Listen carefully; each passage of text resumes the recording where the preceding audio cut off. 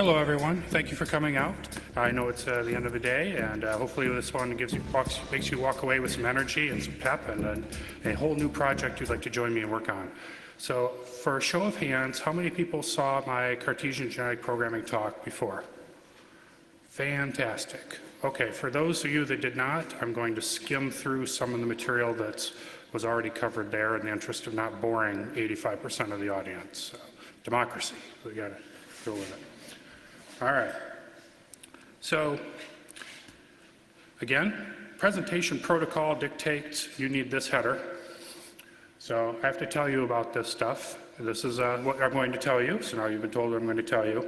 But the interesting thing, like most interesting things, is down here in this gray area, there's kind of a morality lesson to be had there at the end. And I found very interesting. It was very exciting for me with this research.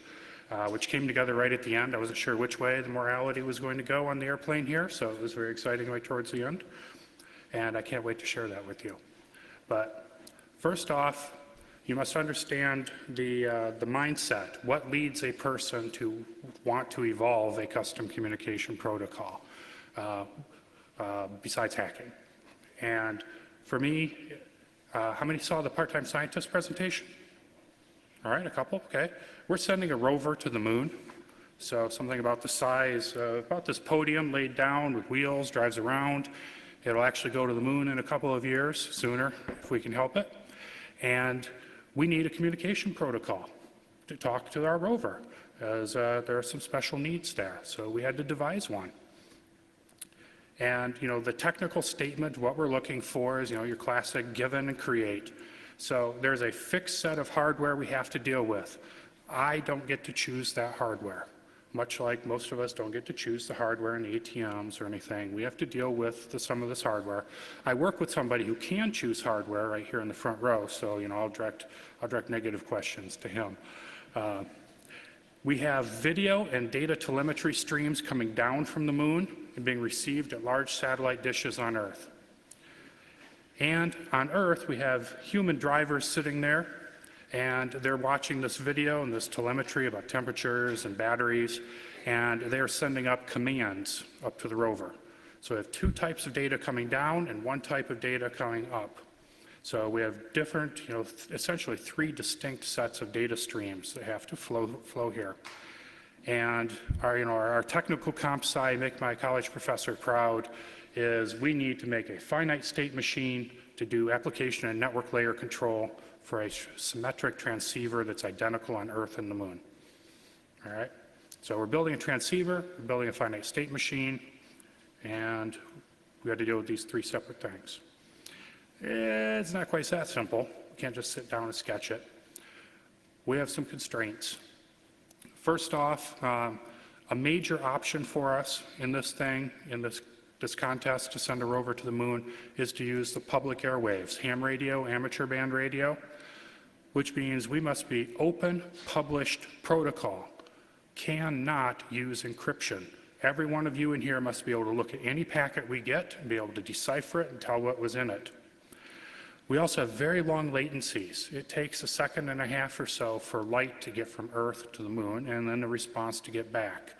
And that doesn't sound so bad, but try remote controlling a car where your eyes are blindfolded and you have 1.5 seconds to 3 second delay from the time you say turn left to the time you see it bump into the wall because you did it at the wrong time. It's a little tricky, but it is part of the protocol we must deal with. Our packets are very precious to us. When they leave that rover, they represent an investment in energy that we could have used to move that rover or to maintain the temperature on the battery and let the rover survive longer. We chose instead to put that energy into the radio communication system for that one packet. So we have to be very careful with what packets we send. We can't send every packet 10 or 20 or 30 times just to make sure it gets there. We have to be careful, and if we lose too many packets, we won't be able to prove that our rover was there or that it drove far enough on the moon, and we lose 10, 20, 30 million US dollars. So these packets are very precious to us, but we can't send too many of them because energy is precious too. Bandwidth, infinite bandwidth? No, not in the infinity of space. It's limited, and it's saturated with the video stream that's mandatory to win the prize.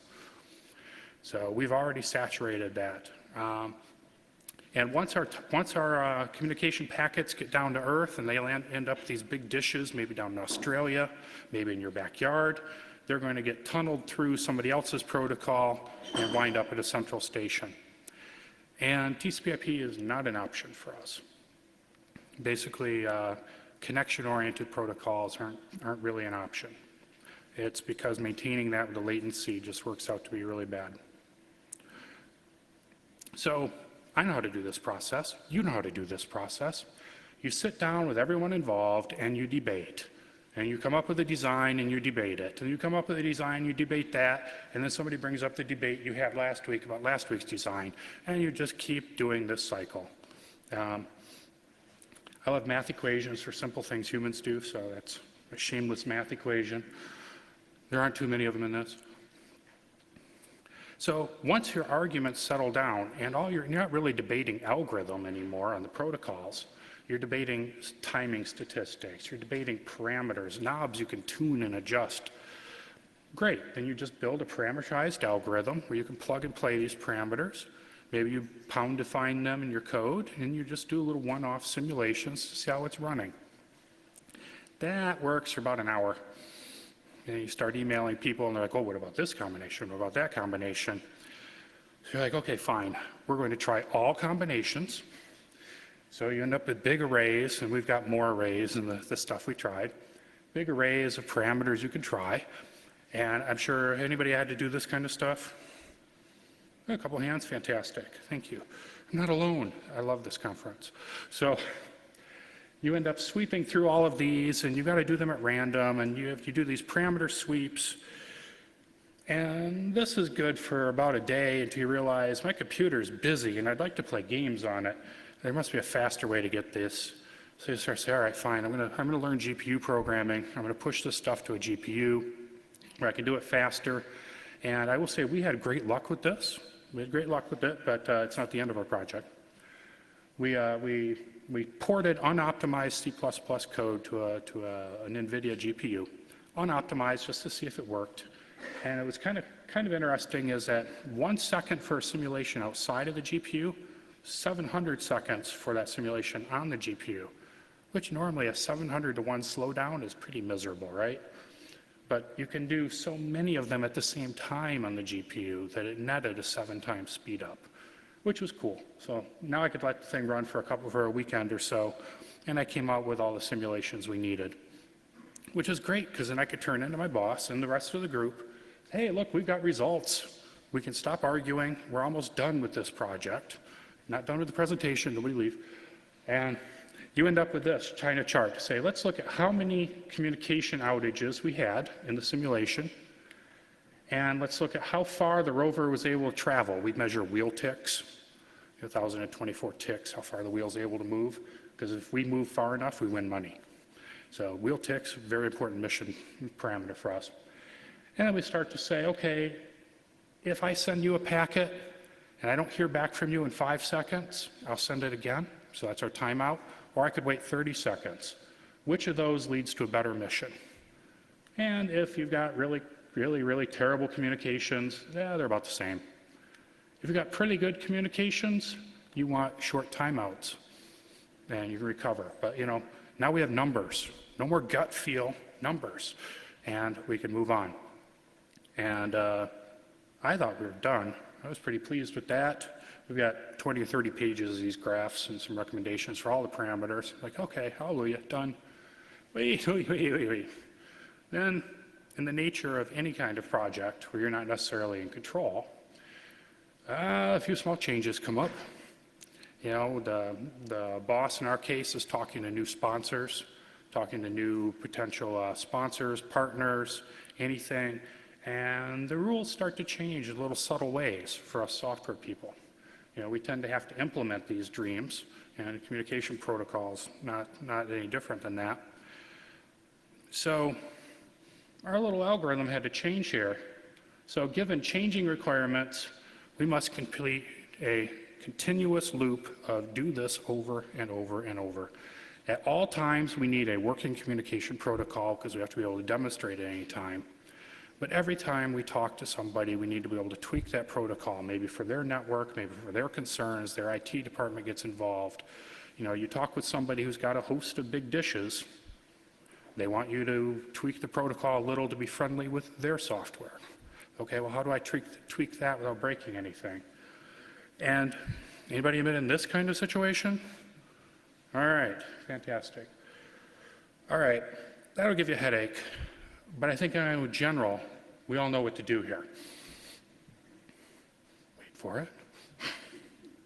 So, in general, we all sit down and we're like, okay, let's over-design this thing. There was no laughter from the crowd. This is a big deal. Anyway, I thought this was hilarious. My boss wants to put this on my cube. It's like, okay, I know how to solve this problem in general, and it means skipping the human debate, and it means moving to computer algorithm invention, and with my new favorite thing, Cartesian genetic programming. Moving to that where we show up with inputs, outputs, we show up with packets we want sent, and things we want, metrics we want from our communication stream, and we stop arguing over the algorithm and let the computer come up with the algorithm for us. We actually, you know, this is a slide from before. Anybody recognize this one? Yeah, excellent. We start inventing algorithms that look like this. We start letting the computer say, I've got a series of inputs, I'm going to connect them up this way and see how it does. We start to get into genetic programming, actual algorithm invention, and just take the whole human debate out of this and just be confident that we have a process that's going to work over and over and over. So, very briefly, because again, most hands went up when I said, have I already told you about Cartesian genetic programming? We like it because it generates circuit-like things, and circuit-like things are very important on this mission because we're using FPGA circuits, which can be reprogrammed, and we need the ability on an FPGA chip to send communication packets that are caught by the FPGA and used to rewrite the OS level in our system. So there may be cases where the hardware has to catch packets and process them in hardware instead of just having all the full abilities of, you know, megabytes worth of RAM available to software. Some hardware implementation has to be handy. So it's very important for our mission. And we try to keep it pretty simple, whatever hardware can handle. All right, random circuits, shake it all up after scoring it. Things get a little better, repeat. Okay. Everyone remember this little terminology here? Excellent. I did tell you there's a quiz last time, right? All right. This stuff ran so slow. This new way of doing it for communication protocols ran so slow, I actually had to put a few hours into optimization, dynamic optimization. The key thing to optimize performance of Cartesian genetic programming is to look through the grid, trace back through the outputs, everything that's actually needed. And when you execute, only execute those nodes. The nodes are trivial. You're adding two numbers together. But yet, if you can wrap that with an if data at some Boolean pointer, if you can wrap that, you really do get like a 5 or 6 times speed up. Because it turns out Cartesian genetic programs tend to be very large. You know, they find that researchers say 4,000 nodes will evolve faster and better solutions than, say, 500 nodes, even though they may have the same number of active genes at any given instance in time. It's something about the search algorithm. So this is critical for speedups. So we will skip that little bit of code overview where I show you individuals, which is really just an array of floats, how they're executed. Optimization is pretty simple. That'll be in the code that's released for this project. And let's get more to goals of the attacker. Let's start talking about the simulation we have to do, the things that are really different than what you saw maybe with the prior presentation. The attacker's got some serious goals. We need an attacker in this mission because we have to know. We're talking public, which means anybody in this room, including me if I was bored, could try to mess with this mission. And we have to say, what are the attacker's goals here? First and foremost, the attacker's trying to take over the rover. If the attacker can drive that rover over a cliff, they only need to give one command. Get a command in there to get it over the cliff before we can get a command to it telling it to stop, and they win. All right? So one rightfully placed command can make all the difference. So that's a mission ender for us. They could also make the rover just sit there, make it ignore anything we send it. Get it confused, make it trust the authority of ground control would also end our mission as well, because if we can't drive, we can't win.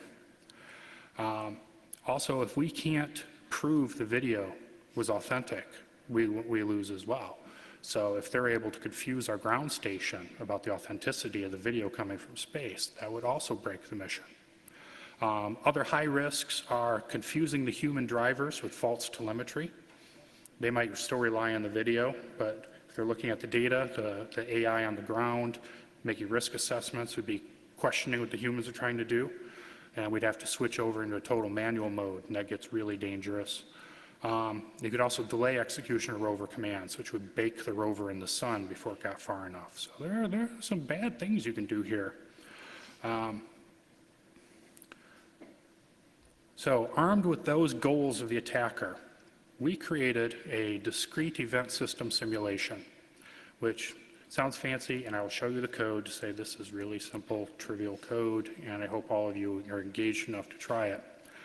A queue of events, actually it's ended up implementing it not even as a queue, because you end up don't needing the new and deletes if you can avoid that. A set of actors on stage taking part in the simulation, and just a few little details about packets. For simulation purposes, a packet is a payload of data. It's a it's a lump containing a command or video or telemetry. That lump has an ID, so we know which lump it is. It's command number 7000. And then it's a series of header control flags that tell you what to do with that and whether that's authentic or not. And it's also a signature, like an error recovery signature, And we also introduce outer space. So we've got the transceivers we're building, we've got outer space, and we've got the attacker. Outer space is kind of interesting. I tried this simulation without outer space, or I should say with a perfect outer space that just no attacker, and it just let packets flow. And I would be embarrassed to call that code, because what came out of the system was essentially, trivial. If true, blah, you end up with nothing that would pass any kind of robustness. So at a minimum, we found that you need some kind of at least trivial attacker, in our case, outer space, in the simulation in order to evolve a communication protocol. And we gave this one the ability to just lose packets. So, hey, ground control, I got this video. Ground control, they never heard it, never got it. We can replay. Space could cause a data packet to somehow get echoed around and have ground control see the same video frame twice, or the rover to see the same command twice. The rover might also see its own video packets coming back, echoed back to it. And any of these packets anywhere at any time could be corrupted, but some potentially even beyond the ability of whatever forward error correction is put on the packets. So space plays dice, but is kind of harsh on the packets. So next in the structure of our communication system, as we look at the transceiver as a set of chromosomes, Cartesian genetic programming chromosomes, but they're really actors. So when the simulation says, I have a video packet that has to go, okay, this guy, data ready to transmit, that actor is going to be engaged, and that packet will be presented to the actor, and the actor will tell us what control flags to put in the packet, whether or not to even send it. And then likewise, when data comes in, how to deal with it, including the choice of whether to accept it or reject it. So you don't have to accept every command that comes in, you can just discard it. And then we gave also the ability to have a queue of command packets, up to 10 command packets, some small hardware thing. And if any of those sit in that queue for too long, then those get expired. Because it turned out adding that saved a whole lot of mental hassle about how to figure out how to evolve that functionality. So there's still a little hand of God that had to be dipped into the evolution there. Wanted to point out some feedback from the last one, Cartesian genetic programming, is that we made heavy use of chromosomes in this case. A key tenet of genetic programming is the copying of partial solutions from one generation into the next. So don't just take the best one and move it forward. Take some part of one that wasn't so good and move it forward as well. And Cartesian genetic programming does that through the use of its chromosomes. We used the complex chromosomes from the prior lecture to really accelerate this. They're scored separately, promoted separately, and you end up making super individuals at next generation that contain the best way of doing everything. Don't worry, I'm building to that gray moral in the gray area here. Stay with me. All right, so our attacker is almost Superman. Our attacker is co-evolved. Every time the transceiver gets a chance to improve, so does the attacker. So they are neck and neck for as much computation effort as available. Our attacker has full knowledge of that packet structure, so there's no reverse engineering the attacker has to do here. Our attacker can crack our private keys. We presume that if an attacker has seen a certain number of video packets, that they will be able to reverse engineer the private key used to create and sign those packets.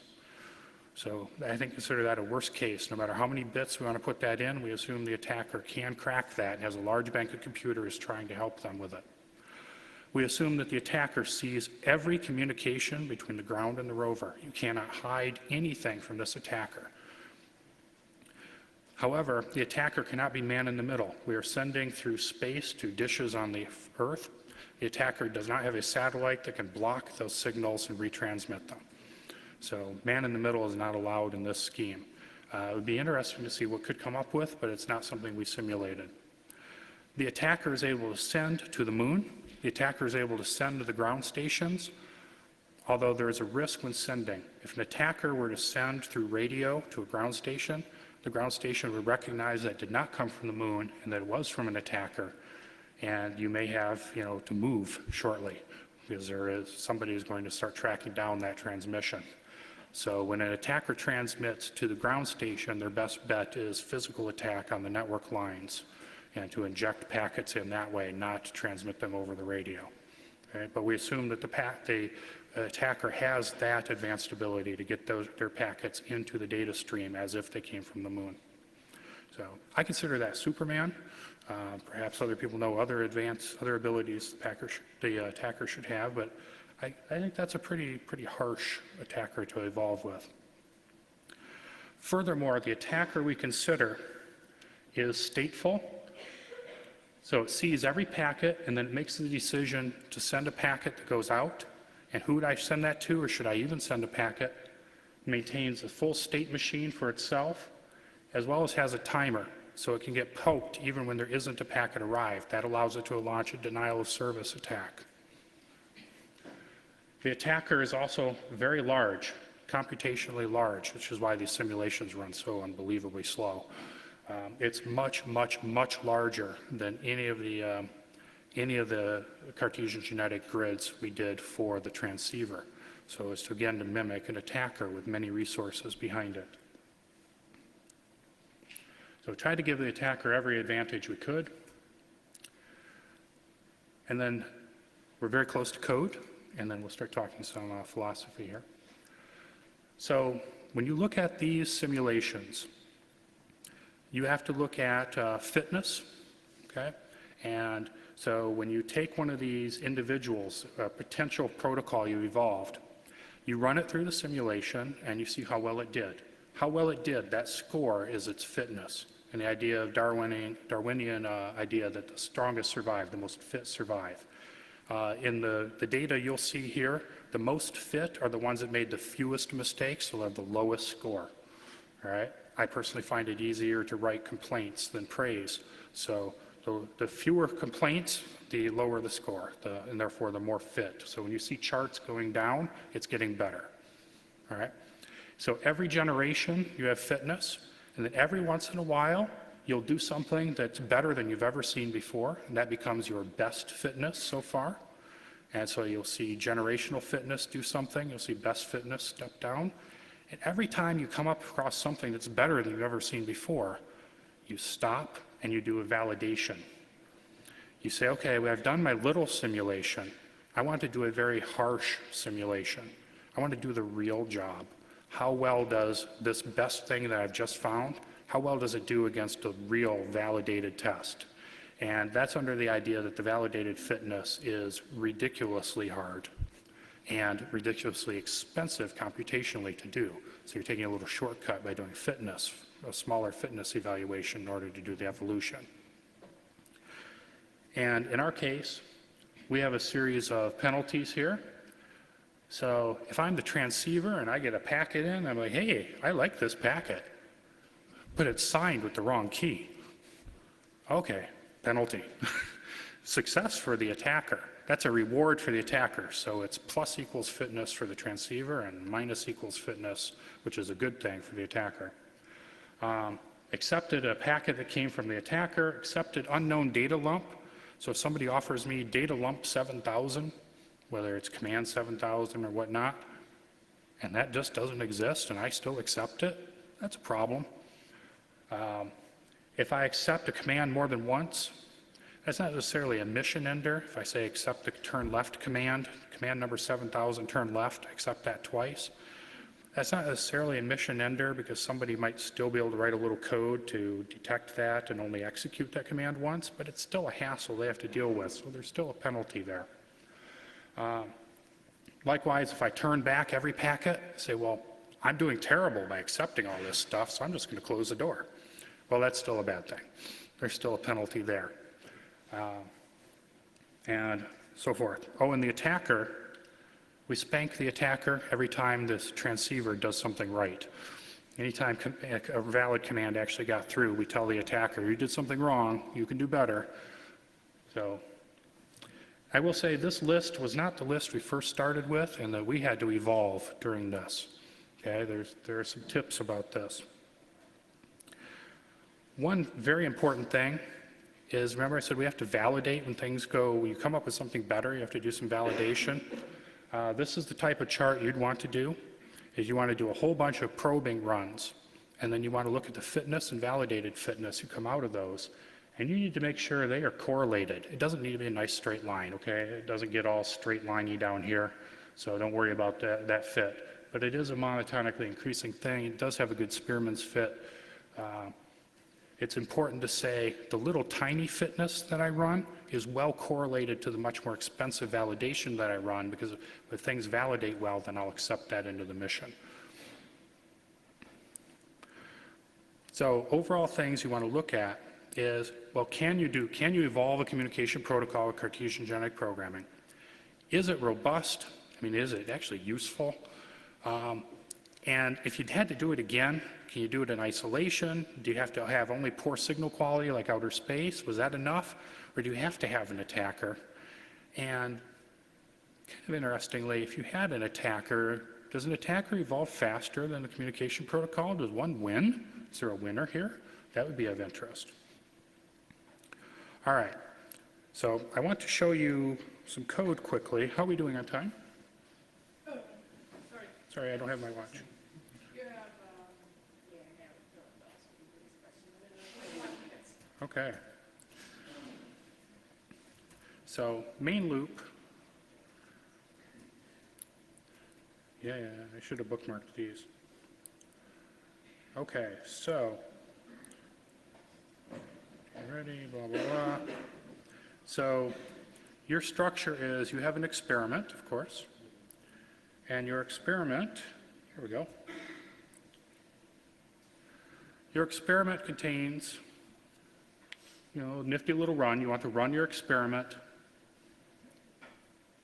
You're going to run an experiment, you create a series of worlds. And in each world, you assign it a program to run for packet received, data ready, packet expired, and an attacker.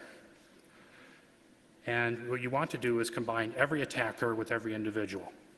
So if you have 4 attackers and you have 4 individuals up here, you've got 16 worlds you need. And then you need to do these worlds a whole bunch of times because it's stochastic. It's got to be random. We'll talk about that, why that has to be a little later. So it has to be random, so every pairing has to have a whole bunch of runs to go with it. But each one of those runs is a world. That structure seemed to work pretty well. It kept the code easy to write. And anybody use OpenMP? Am I the only one who uses OpenMP? Anybody use that? A few people? Okay. It's a super simple way of getting parallelism in your code. This little pragma says do this for loop, everything in here, as many cores as you have on your processor. So in my case, this will run 8 worlds at a time. And you turn it off for debugging. Now it runs 1 world at a time. You can deal with your pointer problems.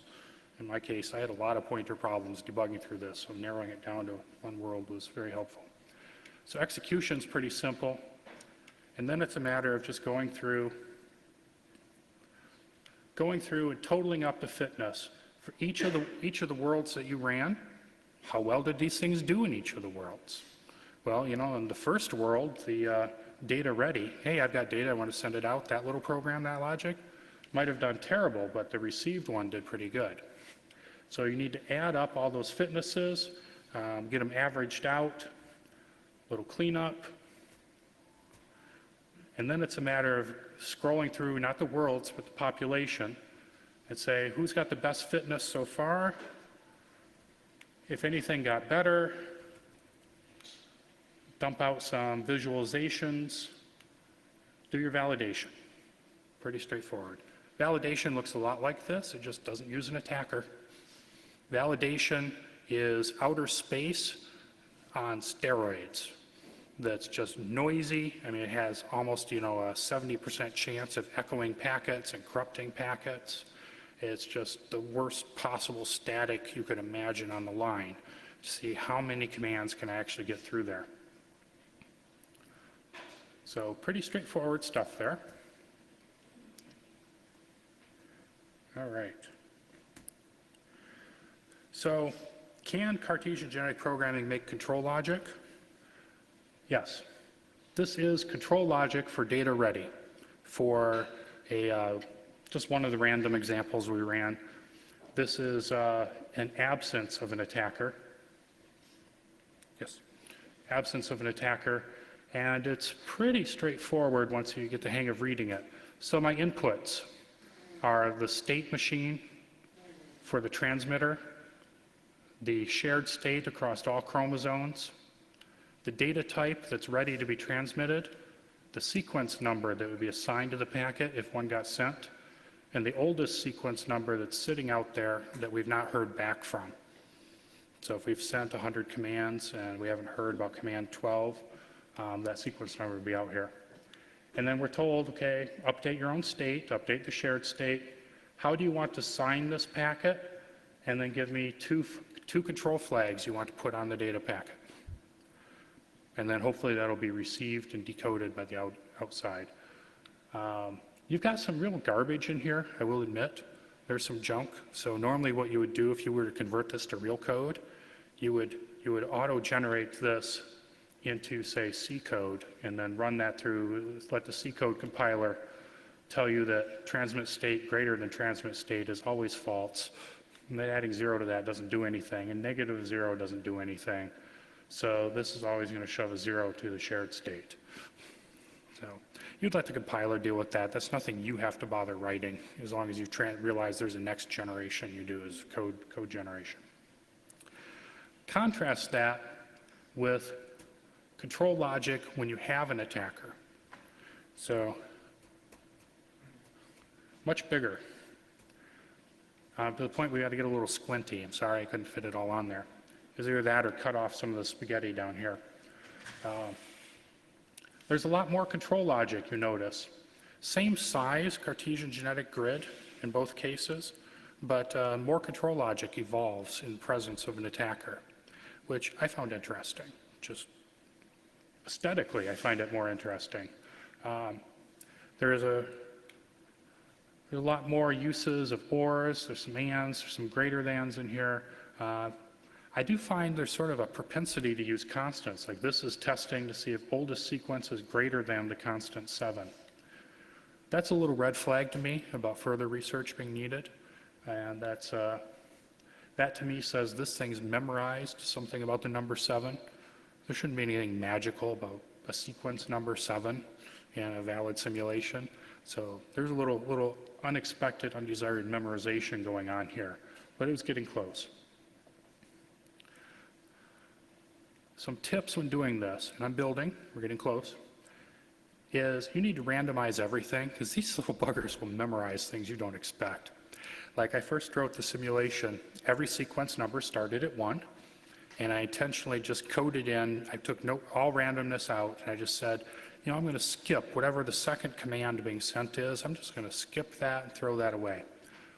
These little buggers memorized that state machine instead of a generic communication state machine. They memorized that, okay, sequence number 3 needs to be or sequence number 2 needs to be retransmitted, and didn't really do anything else beyond that, which was smart on their part. It's the minimum logic. It's technically correct. But I asked it the wrong question. We had I know of a cat that wanted treats, and the treats were in the cupboard, so it would stand there, and you would open the door and it wouldn't move, so it would get hit in the head as the door opened. Well, the thing learned that if it didn't get hit in the head, it didn't get treats. No, the same kind of strangeness. It didn't learn what you thought it would learn. But when you started randomizing those sequence numbers and start randomizing the gap between sequence numbers, so it doesn't go 1, 2, 3, it might go 1, 20, 22, 50. Start randomizing those, then it starts to evolve more general purpose things, because you didn't realize you were presenting it with something it could lock onto. At the same time, you want to reduce randomness in your fitness functions, because fitness will vary all over the place, and you might accidentally pick somebody who did well this time simply because the dice were in their favor. So you want to average things out. That's why we run things so many times, to sort of average out the randomness we have to add to fitness. Thread-safe random numbers, you multi-thread this thing. Make sure you're using thread-safe random numbers. You're going to wonder why you get the same answer out of every thread, and multi-threading didn't really change things. Yeah. This was a fun one, is watch what you're incentivizing as well. So I told the attacker, there's a risk. When you transmit, somebody can hunt you down, and they're going to find you. They're going to come get you. Well, the attackers figured out that the best thing to do was then to stay quiet and not attack. So I had to give them a reward. So I know earlier I said there's a risk when transmitting, but to get the transceiver evolved that I wanted, I had to reward the hacker for actually hacking. Another thing is, if you've got the computation power, is increase your population size. Most of the runs I did were at population size 4, which is very standard for Cartesian genetic programming. And I left it at 4 because we had to run it, amplify it by a couple hundred times for all the randomness. And I've seen it over and over that if you double the population size, it triples the runtime. Okay? It triples the runtime, but it halves the fitness, which means you get half as many complaints. You get a much better critter out of the end of it. I've got a detailed slide on that if we have a few seconds. And dust off your statistics book. Did anybody remember what a t-test is? You do? All right, the angel knows. But I remembered that. There was something about a statistics prof griping me about that a long time ago. But you've got to dust that off. When you're looking at, say, 20 runs, and you've got averages, you're okay, well, this one's 4,000 and this one's 2,000. Well, is that good? And I say, well, with the standard deviations and all these bell curves, there's a 50% chance that they're really the same population. You didn't really make an improvement. So you got to dust off the old t-test, which thankfully Excel made easy for me to do. Okay, almost there. So without an attacker, here's representative of what we had happen. So fitness in orange. So every generation, fitness wobbles around. Every once in a while, you get a dip. So I'm logging these every 1,000 generations simply because I really didn't want to draw 200,000 dots I don't think the projector could handle it. Anyway, fitness wobbles all around. There is a slight trend to that fitness. There is a slight downward trend to that. You can barely see it, but it is slight. And then every time you make an improvement, you get a dip into this best fitness. And you see that down here, and every time you change best fitness, you give a validation run. And you see validation, like I said, is space done wrong. Space, bad boy, as bad as it can be. It does terrible things to our packets. So that's life without an attacker. Here's life with an attacker. So this 30,000 mark right here, about where our fitness was there, average fitness is way up here off the screen. I had to trim it or we wouldn't be able to see any of the detail down here. Okay, this thing does, an attacker changes the landscape about generational fitness. Okay, it changes it drastically. However, notice our best fitness is still down here in the 10,000 range, and our validated fitness is still around the 30,000 range. Still around the 10,000, still around the 30,000 range, which is interesting, which is very interesting to me. We're co-evolving an attacker, and it's clearly much worse than outer space. I mean, it's clearly doing terrible things, and yet we're still ending up with a pretty good product coming out of the end. So I thought that was very exciting. Then I asked, does an attacker help the process? It certainly changes the process. It changes what we get out because we have 50% more active genes in something that evolved with an attacker. So it's a more complicated program.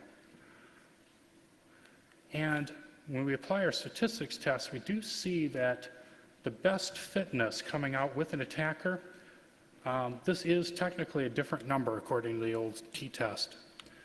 These are a different distribution. At first I looked at that and I'm like, oh, well, okay, I guess attackers make things worse. But you realize the attacker is really changing the rules of the game.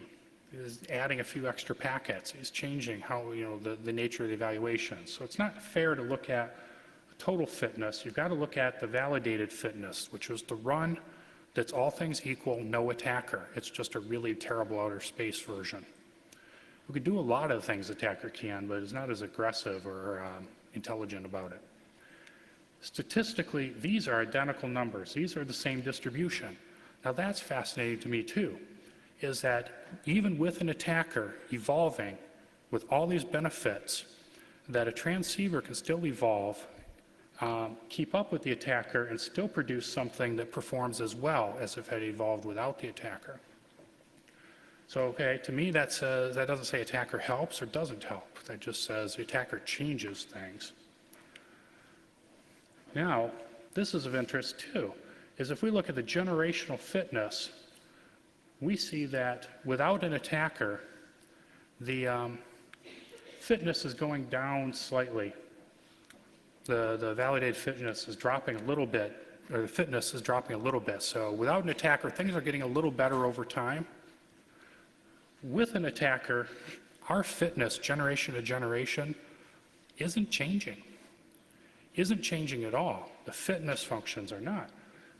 They're very poorly correlated. There is no trend here, which to me says the attacker and the transceiver are locked, deadlocked. As one evolves, so does the other. Now I'm only looking every 1,000 generations, so there's bound to be peaks and valleys in there where some of them are going to happen. I'm not going to see that.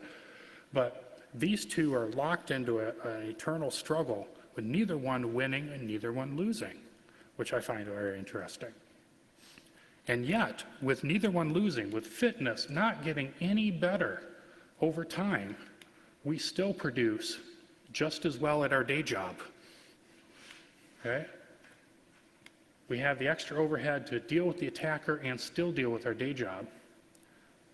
And then, if we look at, say, best fitness, validated fitness, the real criteria about how well things are coming out, what's the end product? We see some noise in here fitness-wise. What's coming out of this thing? as we see these things have about the same lines. The validated fitness and correlate and best fitness are coming out with about the same downward trend in both cases, except, and this is the beautiful part, this is the gray area of morality, the validated fitness at the end of the simulation runs, and I had to do very short runs to get enough of them and done in time for the conference. But at the very short runs, the ones with an attacker are improving their validated fitness at double the pace of the ones evolving without an attacker. I find that an incredible morality lesson. It says if you want to produce a communication protocol that at the end of your process is going to be really good, you actually need an attacker to make that progress quickly. Because an attacker does accelerate the progress beyond a certain number of generations. It does improve your ability to produce good work. In fact, it outperforms the random space adversary we start with in terms of challenging your evolved code. So, can it do it? Oh yeah, I'm very comfortable with that. Is it robust? Can it work with poor signal quality? It seems to. I'd love to see a perfect one evolve yet, but I will say that has not happened, but I'd love to see it. I'm not sure if it is possible, though. I'd need a little more instrumentation in the code. Can it work with an attacker? To paraphrase our team's logo, hell yeah, because it holds its own with an attacker. It doesn't lose ground, it doesn't gain ground, but it does hold its own. So to me, that says you should evolve your control logic with an attacker and with a minor poor signal quality case to challenge both of them just in case. And that as long as you're willing to keep evolving your communication protocol, you can keep up with an attacker. Interesting experiments the future would be to pause that, to freeze, like set a standard for the communication protocol and see how just quickly an attacker can overwhelm it, to see how mature you have to make a protocol before you freeze it. So future work, push this thing onto a GPU, a lot more computations, a lot more at a time, especially the worlds, make our chromosomes finer so we can take more advantage of the genetic part of genetic programming. We need a little better, different selection technique than just choosing best fitness because I have the feeling, I just have the gut feel that there are some good individuals sitting out there that the attacker is really challenged. They just haven't shown up yet. So I'd like to examine those, get into the whole notion of islands, so competing islands, and pit them against each other, freezing attacker transceiver, and adding countermeasures, which I think would be a particularly exciting thing, and even countermeasures to the attacker to see if somebody's trying to counter its work. That is about the end of my presentation, so I thank you very much for coming out tonight. Shameless plug, join us, work on this. If not, you can go get the code a little later tonight from this URL up on WordPress. And I recommend some extra books here that I find very interesting. This one here, Evolve to Win, is free, fascinating, not necessarily Cartesian genetic, but it's a fascinating read on gaming strategies. And I think all of this has been very exciting for me, and I look forward to seeing what you guys can do when you take a communication protocol engine and drop it into things dynamically. So thank you very much, and we'll take a few questions.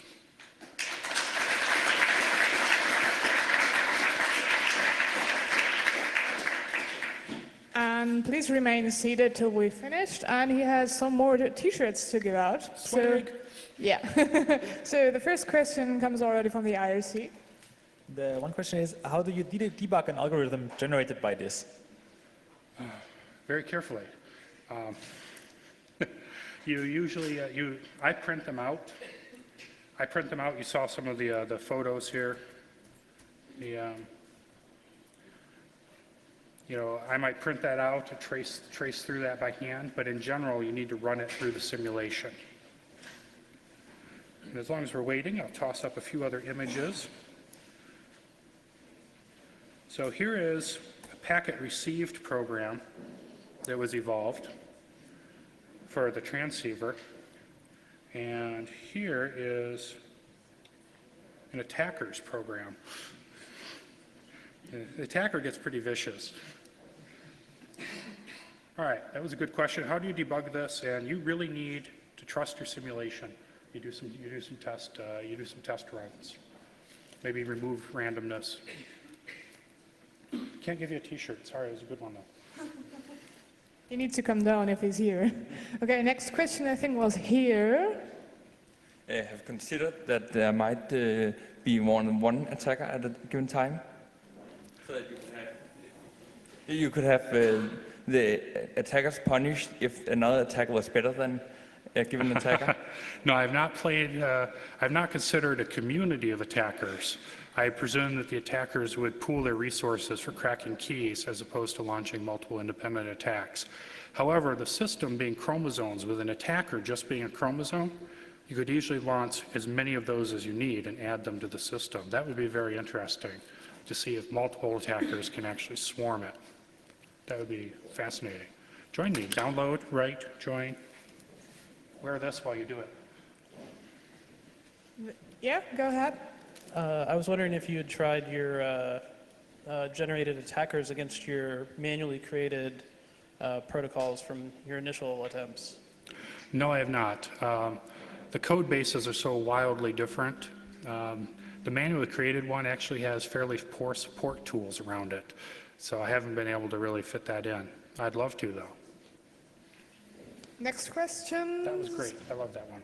Can we get this back to you? Oh yeah, I will, when I'm in the area, I would say. Out of T-shirts, sorry. Hello. You mentioned that power is very precious on the rover. Yes. And obviously the complexity of the circuit is going to be proportional to power usage, presumably. Yes. And that the circuits with an attacker are about 50% more complex. What are your thoughts on that trade-off? And is there any scoring in there based on complexity? It's a necessary evil. We have to plan on at least one governmental attacker on our mission to the moon. Large resources. I think it would be irresponsible not to plan on at least one attacker, taking a run at it. So it's a necessary evil. I would love to cut the resources down, but no luck. More questions? There's one here in the back. Do you penalize code complexity in the? That is a common thing to do in Cartesian genetic programming is to count the number of active genes as a penalty. And it's been found through other experiments, in the books I've read and such, that you don't want to do that until you've achieved a perfect execution or near perfect execution. So I have a provision in the code to say if you ever execute perfectly, all data gets through perfectly, no doubles, no nothing, then to include the complexity as a penalty. But don't kick that in prematurely. And before the attacker, that would happen. That would kick in. After the attacker, it hasn't happened yet. But it is important it is an important tool to have in there. A simple little if case, it's easy to add. You're evolving the attacker and the communication protocol together. Yes. Does this mean that a later evolution of the communication protocol can be attacked by an early attacker? Because the attacker, you are playing the evolved version of the attacker against the protocol, so maybe an earlier version can attack it. Yes, that is a potential risk, is that an earlier attacker would have a different algorithm the attacker gave up on and that the transceiver is now vulnerable to. And I think perhaps the suggestion that was up here of trying multiple attackers would help address that, potentially saving old versions, randomly sampling old versions of the attacker and reintroducing them into the population would help. But I don't want to do that until I get this ported to a GPU. I have to be pragmatic, but that'd be very helpful. But yeah, it's a vulnerability. More question? Please raise your hand so that I can find you. There's one moment, please. Anyone that's asked questions or just hasn't, I do have a little swag, some pens from NVIDIA and some part-time scientist stickers. You'll see me afterwards while we're driving around. Yes? Okay, so when do you want to, obviously some of the calculations you can simplify them, and it's pretty easy, it would be pretty easy to recognize certain genes as possibilities for simplification. But would this affect the output if you simplified before, too early in the generations, is what I'd like to say? Yes. It turns out bad. You simplify, let's say you simplify this no-op, okay? Remove this no-op entirely and just route this one over to here and remove that gene entirely. Now you've removed the ability to come in and mutate that to say a negative or a different operation.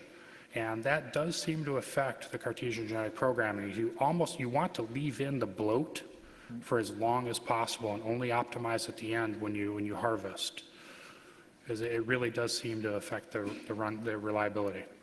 Could it be possible also to run the same process in like kind of a MapReduce environment? It seems like it would be possible. Yes, that would be the islanding, which would be to run hundreds of different communication protocol simulations, maybe starting from different random seeds separately, and then see what the best one is. Another one might be to take the different worlds you construct and then farm them out to a grid or a cluster and have them executed remotely and come back. The Julian Miller, who invented the technique, he would take these and compile them to C code and then route that C code to NVIDIA CUDA cards on dozens of computers across the lab. We are running a bit out of time, so is there one very, very important question now missing? No? Then I would prefer to end the talk now, and you can talk with him a bit later on.